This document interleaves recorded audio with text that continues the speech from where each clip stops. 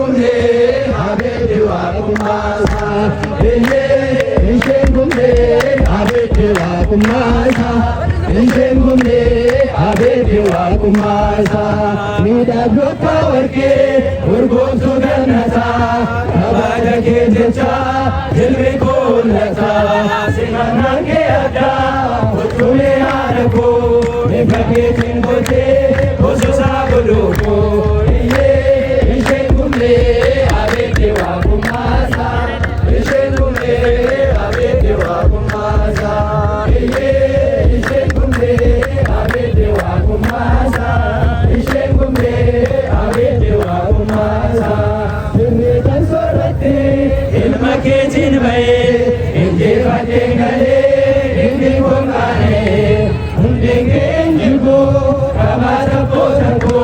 mayam mayam dere ingo maram niko Ishen gumne abeti wa kumasa Ishen gumne abeti wa kumasa Ishen gumne abeti wa kumasa Ishen gumne abeti wa kumasa Yafa hona dacha hona ke harge ko ichadena hamilen ko marge atma go konna ese nabadaste anafu mangade umamanu tati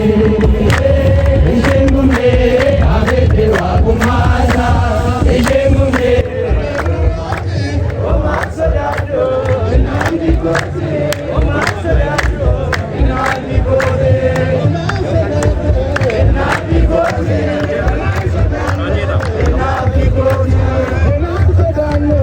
nandi kenya nandi kenya asiwa made makake guda amigo date